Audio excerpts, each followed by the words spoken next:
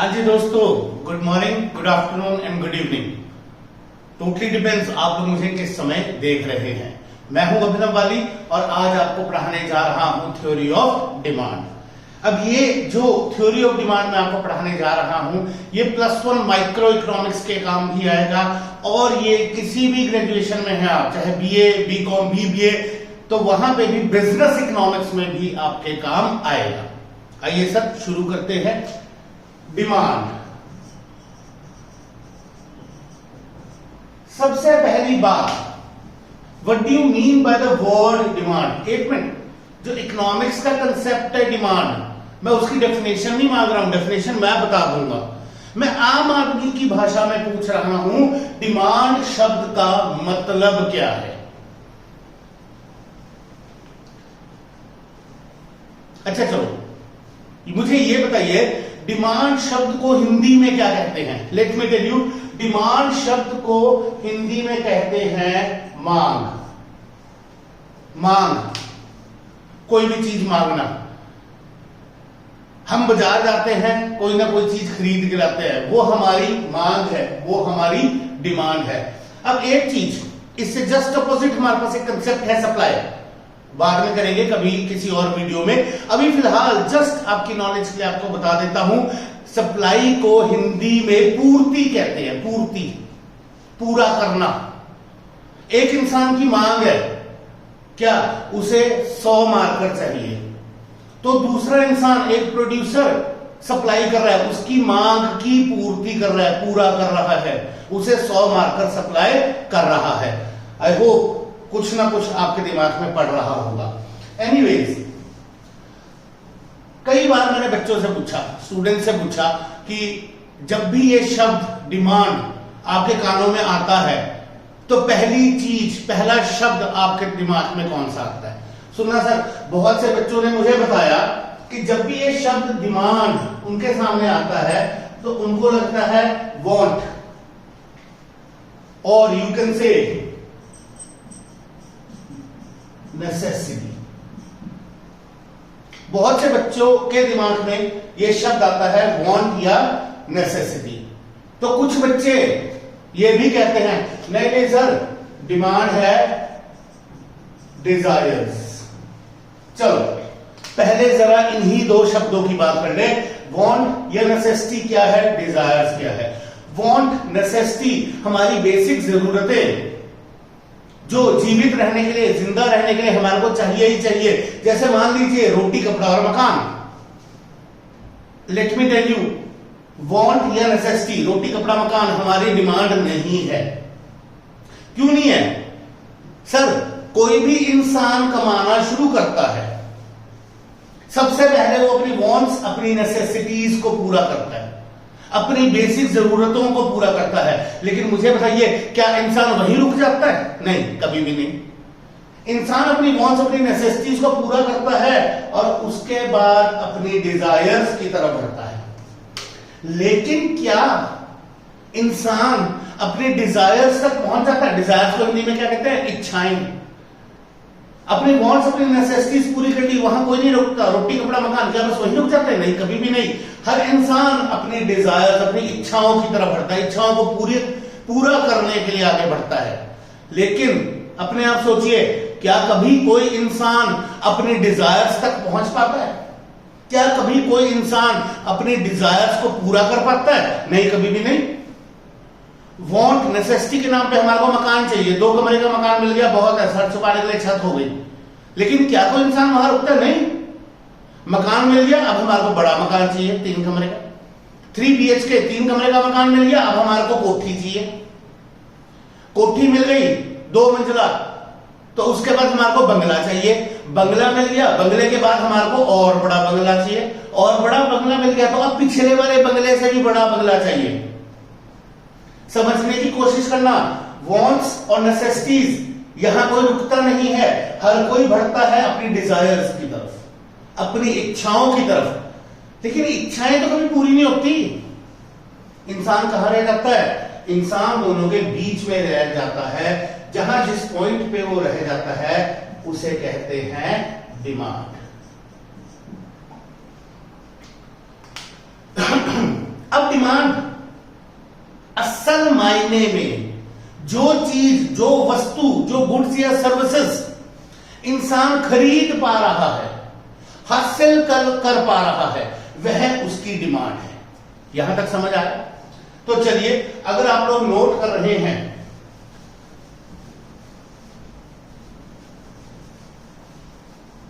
तो जरा डिमांड की डेफिनेशन लिखिए। What ever quantity of a commodity, what ever quantity of a commodity, very important sir. अभी हम माइक्रो लेवल पे डिमांड को पढ़ रहे हैं। Micro means one single individual. तो समझिए, जब हम डिमांड को पढ़ते हैं तो हम demand of one commodity at a time study करते हैं।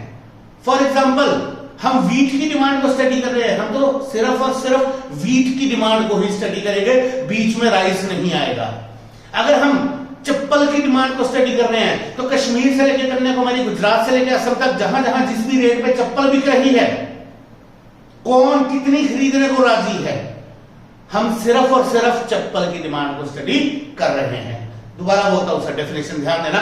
What ever commodity, what ever quantity of a commodity, one commodity at a time, an individual buyer is willing and able to buy. यहां देखो, willingness, तो दूसरी तरफ आ गया ableness। दोबारा बोलता हूं, whatever quantity of a commodity an individual buyer is willing and able to buy at all possible prices during a period of time। एक मिनट, डेफिनेशन दोबारा भी रिपीट कर दूंगा, अभी फिलहाल इन दो शब्दों पे फोकस कीजिए। डिमांड इन दो शब्दों पे डिपेंड करती है। एक तरफ है विलिंगनेस, विलिंगनेस यानी इच्छा, दूसरी तरफ है एबलनेस, एबलनेस यानी कि क्षमता। एक एग्जांपल लेते हैं, मनदीप एक बहुत अच्छा लड़का है, उसकी जेब में 100 रुपया, और 100 रुपए लेके वो बाजार गया। अब जैसे ही वो बाजार में एंटर हुआ, सबसे पहले पीटर इंग्लैंड का शोरूम आ गया, बहुत अच्छा कपड़े की दुकान है। उसने देखा बाहर शोकेस में एक 3 पीस ब्लैक कलर का सूट टंगा हुआ था। सर बहुत सुंदर सूट था, बहुत सुंदर कपड़ा था। देखते सार, सूट को देखते सार मनदीप के मन में विलिंगनेस आ गई, इच्छा हो गई कि मैं इस सूट को खरीद लूं। लेकिन जैसे ही अंदर जाके प्राइस टैग चेक किया, कीमत पूछी, कीमत आई 30,000 रुपया। एबलनेस नहीं थी, क्षमता नहीं थी। मनदीप की जेब में कितना है? सिर्फ 100 रुपया। वो चुपचाप आगे बढ़ गया। वो बाजार में थोड़ा आगे गया, एक बीड़ी सिगरेट तंबाकू की दुकान आई, छोटा सा हुक्का था, बीड़ी सिगरेट बिक रही थी। बीड़ी कितने की है? 25 रुपए का बंडल। सिगरेट कितने की है? 10 रुपए की है। पान मसाला कितने का है? 5 रुपए का है। मुझे बताओ, एबलनेस है कि नहीं है? बिल्कुल है, जेब में 100 रुपए है।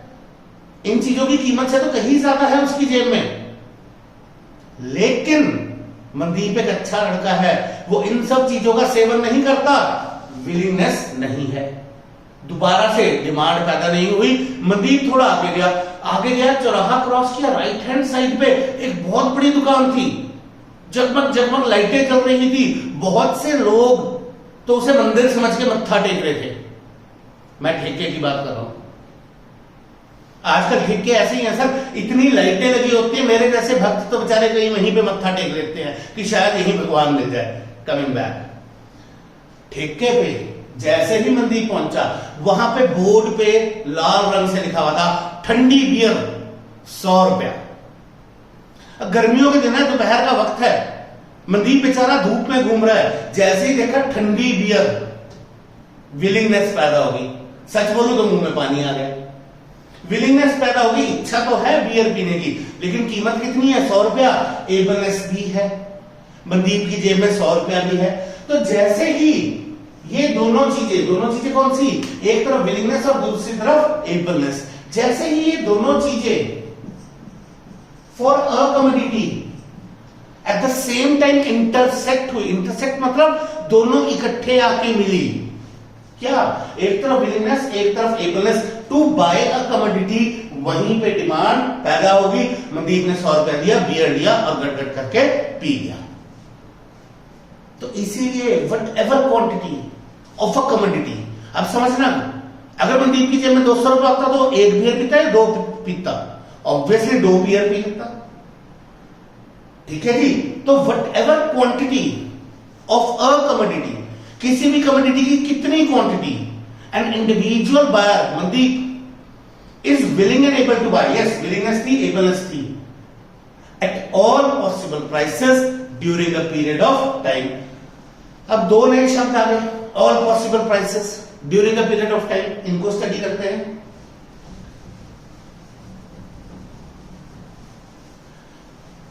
डेफिनेशन के लास्ट में 2 और शब्द आ रहे हैं, पॉसिबल प्राइसेस,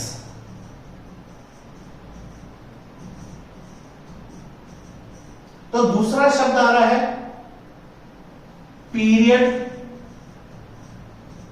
ऑफ टाइम। अब पीरियड ऑफ टाइम क्या होता है? तो 2 कंसेप्ट होते हैं इकोनॉमिक्स में, एक होता है पॉइंट ऑफ टाइम, एक होता है पीरियड ऑफ टाइम। अब कुछ कंसेप्ट्स को हम eight a point of time study करते हैं। Eight a point of time मतलब आज अभी इसी वक्त, लेकिन period of time is something bigger than a point of time. 5 साल, 10 साल, 50 साल, 500 साल, कुछ भी हो सकता है period of time, totally depends आपने उस कंसेप्ट को कितने पीरियड ऑफ टाइम पे स्टडी करना है। अब हम अनलिमिटेड पीरियड ऑफ टाइम का तो एग्जांपल ले नहीं सकते, हम 1 साल का एग्जांपल लेते हैं। 1 साल में 12 महीने, जनवरी, फरवरी, मार्च, अप्रैल, मई, जून, जुलाई, अगस्त, सितंबर, अक्टूबर, नवंबर। हमने 12 महीने का एग्जांपल ले लिया और लेट अस स्टडी कि अमितोज के परिवार में 1 साल 12 महीने में कितनी वीट डिमांड की जाती है। अमितोज के परिवार में है 4 लोग, पापा, मम्मी, अमितोज और उसकी बहन। ठीक है, हमने स्टडी करना है in a period of time 12 months, 1 साल, अमितोज का परिवार कितनी वीट यानी कनक, गेहूं डिमांड कर रहा है। आइए स्टडी करते हैं। अब पीरियड ऑफ टाइम 12 महीने, मुझे बताइए क्या 12 महीने में कनक की कीमत सेम रहेगी? कभी भी नहीं।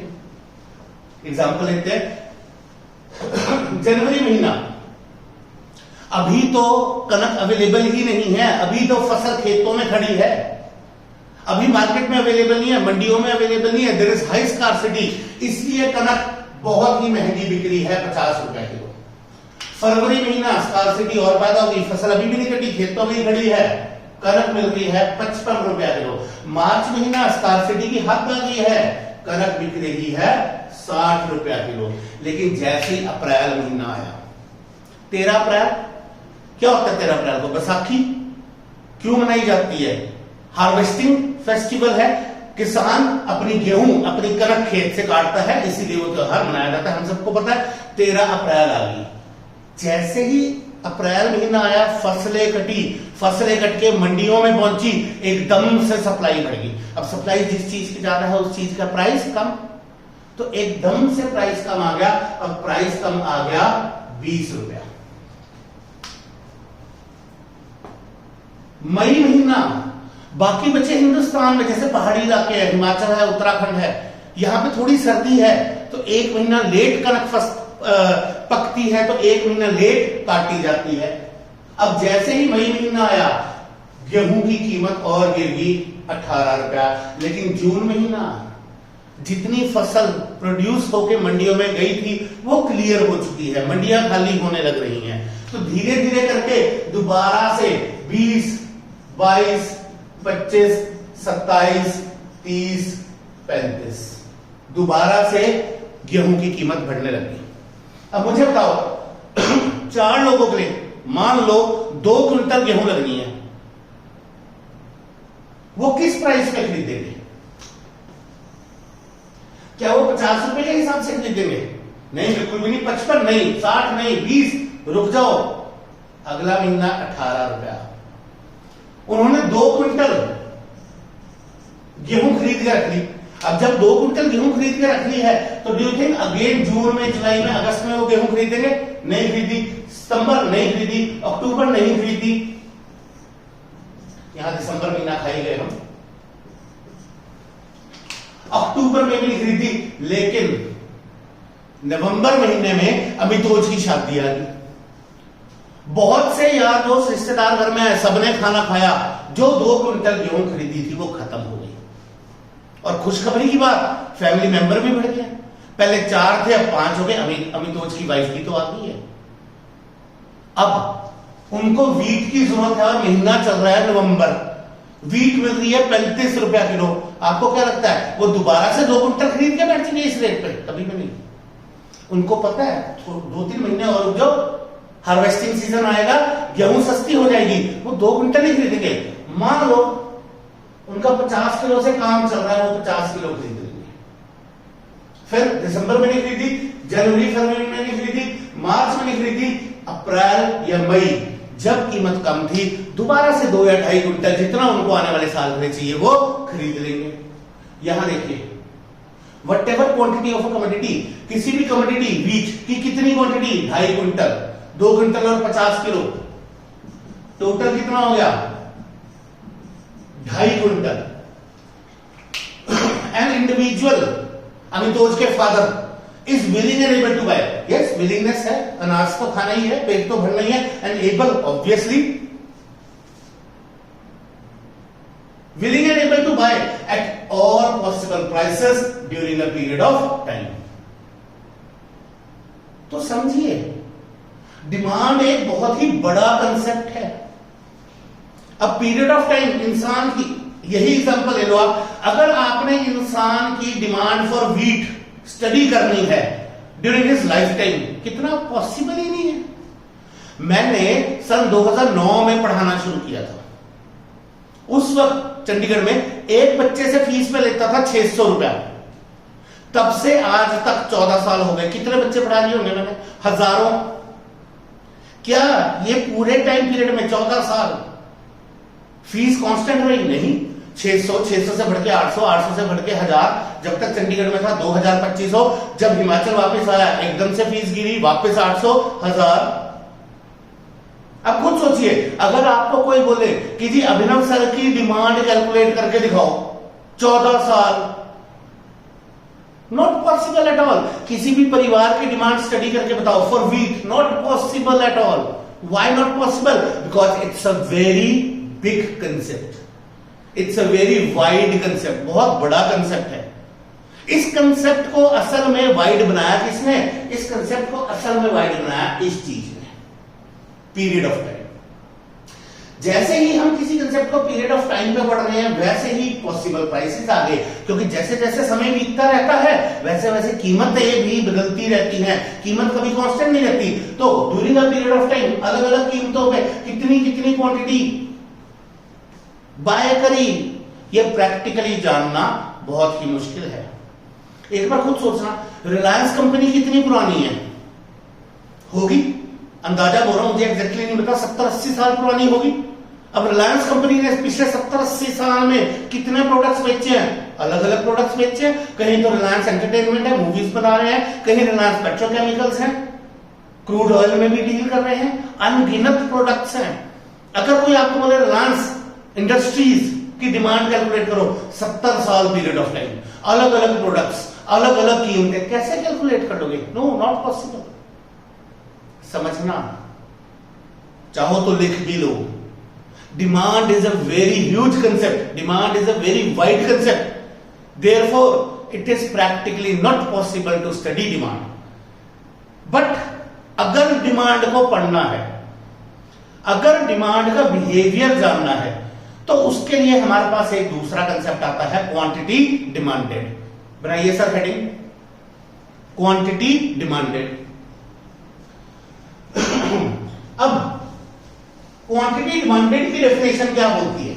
लिख लीजिए sir, what ever quantity of a commodity an individual is willing and able to buy, whatever quantity of a commodity an individual is willing and able to buy at a particular price at a particular point of time। Eight a particular price at a particular point of time. ध्यान से notice कीजिए 90% definition same है। जो definition demand की थी वही quantity demanded की है। Whatever quantity of a commodity an individual is willing and able to buy. बस फर्क क्या आया, डिमांड में था period of time and possible prices, quantity demanded में क्या आ गया, at a point of time at a particular price. आज अभी इसी वक्त चीज इतने में बिक रही है, बोलो कितनी खरीदोगे, जितनी खरीदोगे वो आपकी क्वांटिटी डिमांडेड है। यहां एक छोटा सा एग्जांपल लेते हैं, वीट का एग्जांपल थोड़ा बड़ा हो गया था, पंजाबी जुत्ती। अब पंजाबी जुत्ती का 3 महीने का एग्जांपल ले लेते हैं, जनवरी, फरवरी, मार्च। सरबजीत की घरवाली का नाम है प्रीतो। प्रीतो पंजाबी जुतियों की बहुत शौकीन है, ठीक है। अब उसकी हम प्रीतो की डिमांड स्टडी कर रहे हैं, ये 3 महीने में कितनी पंजाबी जुत्ती खरीदेगी। पंजाबी जुत्ती अगर आप लोगों को पता है तो एक सिंपल सी चप्पल होती है, जुत्ती होती है, खुली होती है, ठंड नहीं रोकती, यूजुअली लोग गर्मियों में पहनते हैं। तो जनवरी महीना ठंड बहुत है, पंजाबी जुत्ती नहीं बिक रही, इसलिए सस्ती मिल रही है 50 रुपए की। फरवरी महीना थोड़ा सा मौसम खुल गया, थोड़ी सी गर्मी आ गई, किसी फंक्शन में शादी ब्याह में तो पहन नहीं सकते हैं, 100 रुपए की। मार्च महीना हमारे नॉर्थ इंडिया में पूरी गर्मी हो जाती है, पंखे चल पड़ते हैं, स्वेटर उतर जाते हैं।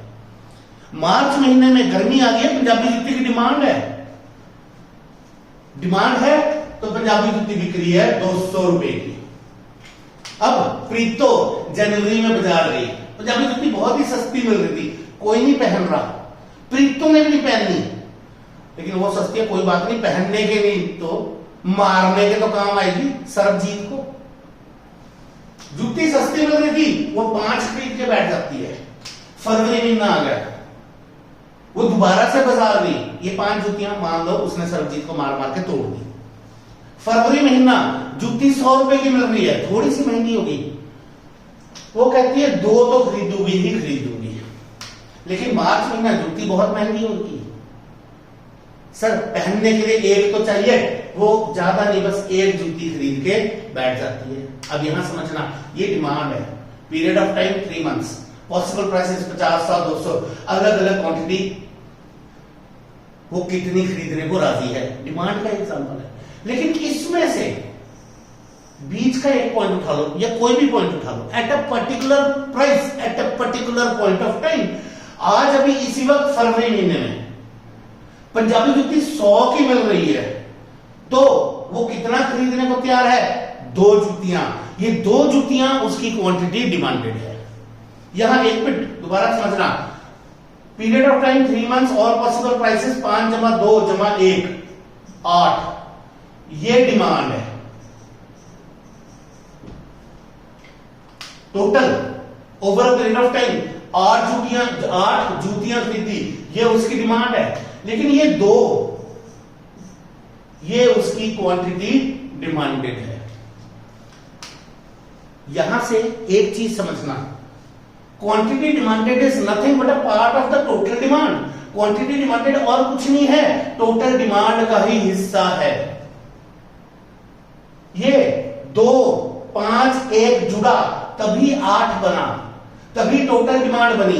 इस टोटल डिमांड में ये छोटी सी क्वांटिटी डिमांडेड जुड़ी पड़ी है, छुपी हुई है।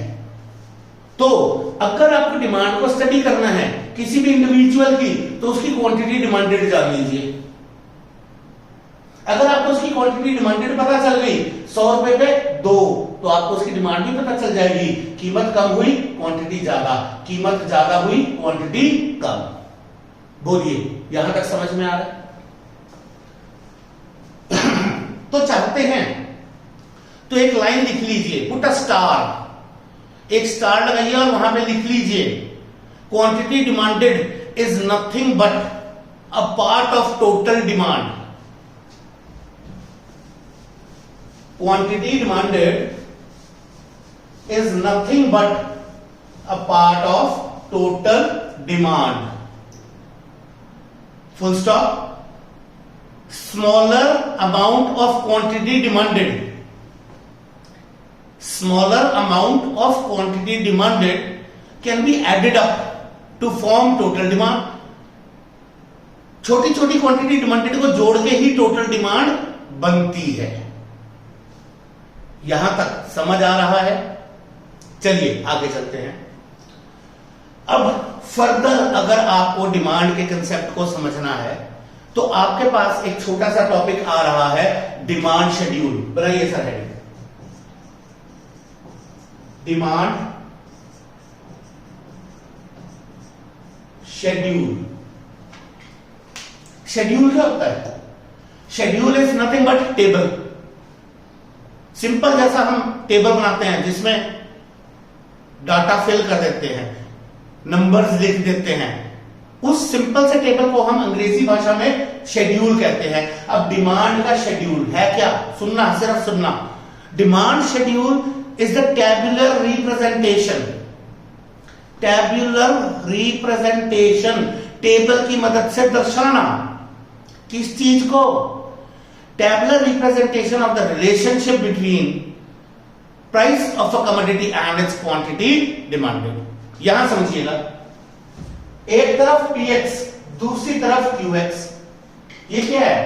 किसी भी कमोडिटी x का प्राइस, कोई भी कमोडिटी x हो सकती है दुनिया की,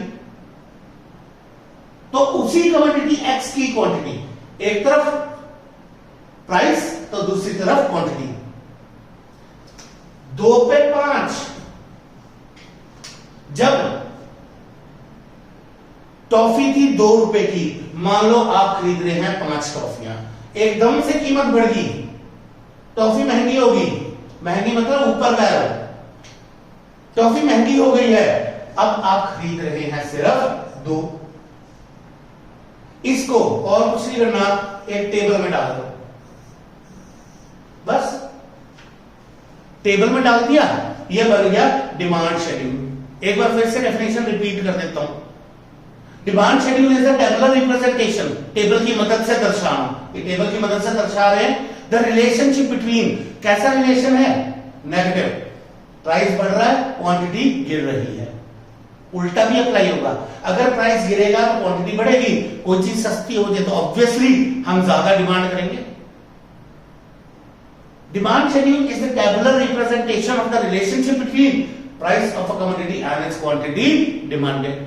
किसी भी कमोडिटी का प्राइस और उसकी क्वांटिटी डिमांडेड के बीच का रिलेशन यानी संबंध जिस टेबल की मदद से दर्शाया जाता है वह टेबल डिमांड शेड्यूल कहलाता है। डिमांड शेड्यूल 2 तरह का है। एक इंडिविजुअल, ये इंडिविजुअल है, इंडिविजुअल डिमांड शेड्यूल। जब एक अकेला इंडिविजुअल बाजार गया कोई भी कमोडिटी एक्स लेने, तो कितनी कीमत पे उसने कितनी डिमांड करी, वो इंडिविजुअल डिमांड शेड्यूल है। तो दूसरी तरफ आपके पास है मार्केट डिमांड शेड्यूल। अब मार्केट क्या होती है? एक इंडिविजुअल नहीं, 2 और मोर देन 2 इंडिविजुअल्स। मार्केट में 2 या 2 से ज्यादा इंडिविजुअल होते हैं। आइए स्टडी कर लेते हैं।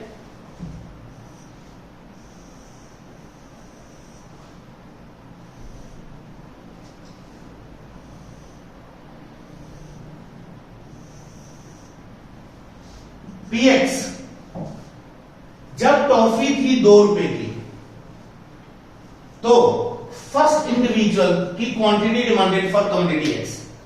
जब टॉफी थी 2 रुपए की तो पहला इंडिविजुअल ले रहा था 5 यूनिट्स। अब जरूरी तो नहीं है ना कि दूसरे इंडिविजुअल की भी डिमांड सेम हो। डिमांड तो कई फैक्टर्स पर डिपेंड करती है। नंबर 1, आपकी जेब में पैसा कितना है। नंबर 2, वो चीज आपको पसंद है भी कि नहीं है। मान लो ये कोई बढ़िया सी टॉफी कमोडिटी एक्स है, फर्स्ट इंडिविजुअल 2 रुपए में 5 ले रहा है, तो सेकंड इंडिविजुअल को वो चीज ज्यादा पसंद है, तो वो 2 रुपए के हिसाब से 7 ले रहा है। तो पूरी मार्केट की डिमांड कितनी हो जाएगी? फर्स्ट इंडिविजुअल की डिमांड प्लस सेकंड इंडिविजुअल की demand will give you market demand. 5 + 7 12। फिर मार्केट में इस टॉफी की कीमत बढ़ गई, टॉफी होगी 5 रुपए की। टॉफी की कीमत बढ़ी है, ऑब्वियसली अब हम कम खरीदेंगे, पहले से कम।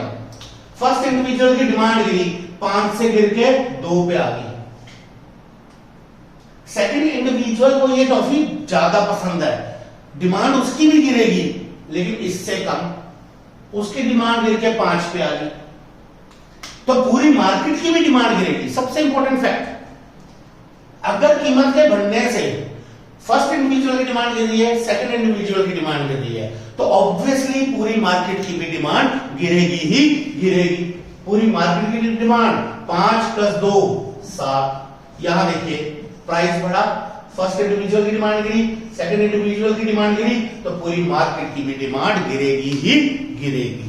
ये है डिमांड शेड्यूल, वेरी सिंपल। चाहो तो इसे नोट कर लो, वरना आपकी बुक्स में भी है। नोट करना है तो आप वीडियो को पॉज करके भी नोट कर सकते हैं, मैं आगे चलता हूं।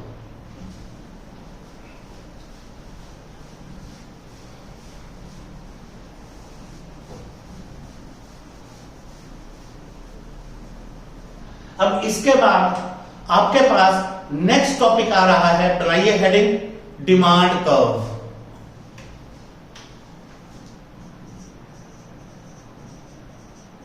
Demand curve. अब डिमांड कर्व क्या है? डिमांड कर्व डेफिनेशन लिख लीजिए, इज द ग्राफिकल रिप्रेजेंटेशन।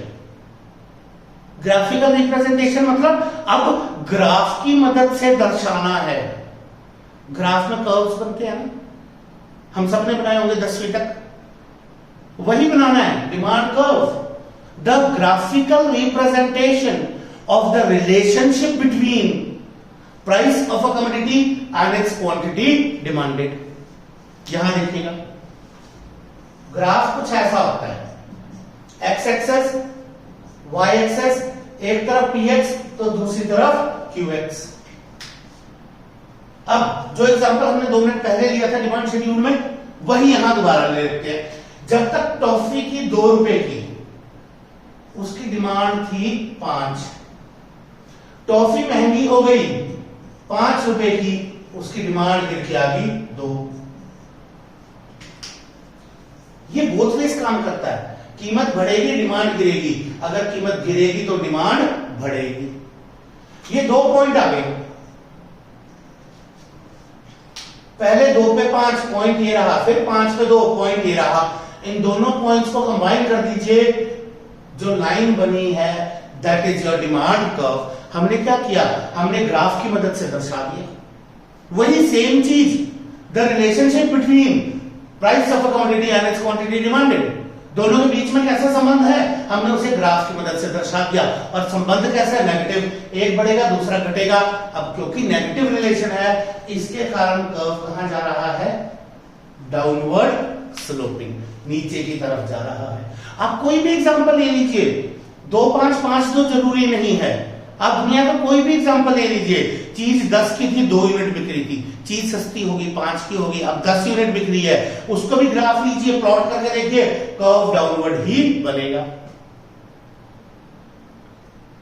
तो जिस ग्राफ की मदद से प्राइस और क्वांटिटी डिमांडेड के बीच का रिलेशन बता रहे हैं, वह ग्राफ, वह कर्व क्या कहलाता है, डिमांड कर्व। अब जैसे डिमांड शेड्यूल 2 प्रकार का था, इंडिविजुअल और मार्केट, तो डिमांड कर्व भी 2 प्रकार का है, इंडिविजुअल और मार्केट। ये इंडिविजुअल है, जैसा हमने एग्जांपल लिया था 2 पे 5 5 पे 2, तो दूसरे इंडिविजुअल का भी डिमांड कर्व साथ में बना लीजिए।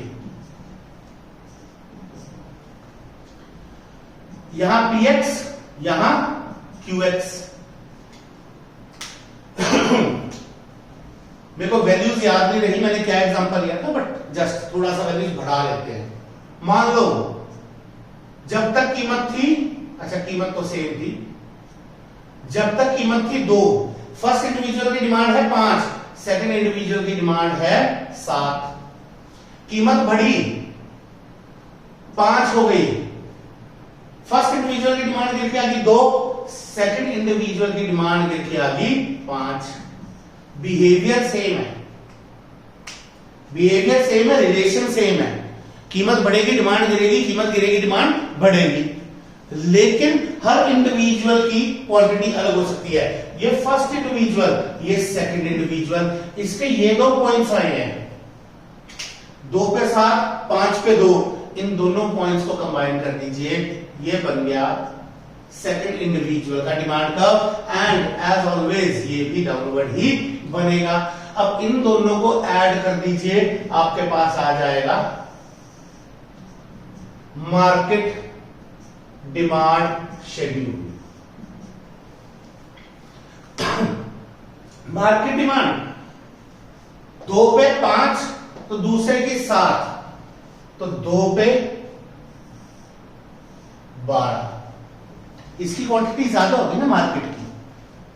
मार्केट की क्वांटिटी दोनों इंडिविजुअल की क्वांटिटी को जोड़ के बनी है, इसीलिए देखिए कहां तक जा रहा है, 12 तक जा रहा है। प्राइस 5 पे 2 तो इसका 5, 7, ये 2 पॉइंट्स आए, इन दोनों पॉइंट्स को कंबाइन कीजिए, जो कर्व बना that is your demand curve. अब ये कर्व भी कैसा है, डाउनवर्ड स्लोपिंग। यहां पे भी सेम रिलेशन है, कीमत बढ़ेगी डिमांड गिरेगी। फर्स्ट इंडिविजुअल की demand curve plus second individual का demand curve will give you market demand curve. यहां पे एक पॉइंट बहुत इंपॉर्टेंट है, इस मार्कर की मदद से नापते हैं। यहां देखना, ओरिजिन से फर्स्ट डिमांड कर्व कोई ज्यादा दूर नहीं है, पास ही है, लेकिन सेकंड डिमांड कर्व उससे ज्यादा दूर है। कितने का डिफरेंस आ गया, तकरीबन 2 हाथ का। लेकिन मार्केट डिमांड कर्व पूरे 2 मार्कर का फर्क आ गया। यहां से देखिए origin, this is the point of origin, point of origin से ये नजदीक है, ये थोड़ा दूर है, और ये सबसे ज्यादा दूर है। समझना, market demand curve is always highest, सबसे ऊंचा, और farthest from the point of origin, point of origin से सबसे दूर कौन सा बनेगा, हमेशा ही मार्केट डिमांड कर्व। तो अभी तक इस वीडियो में हमने सिर्फ 3 कंसेप्ट्स किए, डिमांड, और डिमांड का ही पार्ट है क्वांटिटी डिमांडेड। डिमांड में क्वांटिटी डिमांडेड छुपी है, छोटी छोटी क्वांटिटी डिमांडेड को जोड़ के डिमांड बनती है। Demand schedule, tabular representation, table की मदद से दर्शाना 2 प्रकार का है, इंडिविजुअल और market. And demand curve, graphical representation, 2 तरह का है, इंडिविजुअल और मार्केट। चाहो तो आप वीडियो पॉज करके इसे भी बना सकते हैं। एनीवेज, इससे आगे डिमांड फंक्शन आएगा, जो थ्योरी ऑफ डिमांड का सबसे इंपॉर्टेंट टॉपिक है। हमेशा की तरह कहूंगा, अगर आपको मेरी वीडियोस अच्छी लगती हैं, अगर आपको मेरी वीडियोस से समझ आता है, तो प्लीज मेरे चैनल को लाइक और सब्सक्राइब कीजिए, और अगली वीडियो के लिए, इसी चैप्टर की अगली वीडियो के लिए मुझे कमेंट कीजिए। That's all for today, thank you, have a nice day.